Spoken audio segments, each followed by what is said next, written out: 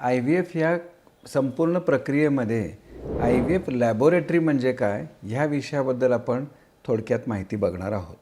I V एफमध्ये clinical treatment होते, म्हणजे पेशंटना injections देणं, त्यांची सोनोग्राफी करणं, त्यांची बीजं तपासणं, बीजं काढून घेणं किंवा गर्भ ट्रान्सफर करणं, ह्या सगळ्या प्रक्रिया ज्या केल्या जातात या क्लिनिशियनच्या माध्यमातून केल्या जातात, म्हणजे गायनॅकोलॉजिस्टच्या माध्यमातून केल्या जातात. पण तेवढंच महत्त्व एम्ब्रिओलॉजिस्ट किंवा तेवढंच महत्त्व आय व्ही एफ लॅबोरेटरीला असतं. कारण ह्या लॅबोरेटरीमध्ये स्त्री बीजं जी परिपक्व झाली आपण पत्नीची बाहेर काढून घेतो, मिस्टरांचे स्पर्म घेतो आणि त्याच्यातून जे गर्भ बनवतो, ही सगळी प्रक्रिया त्या लॅबोरेटरीमध्ये होत असते.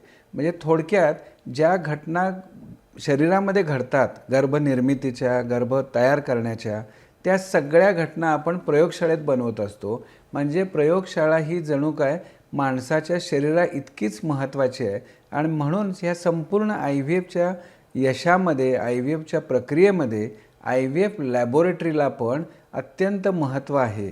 आणि म्हणूनच त्याला खरं तर या सगळ्या ट्रीटमेंटचा आत्मा किंवा हार्ट ऑफ द ट्रीटमेंट काय असेल तर आय व्ही एफ लॅबोरेटरी आहे आणि ह्यालाही महत्त्व तेवढंच द्यायला पाहिजे.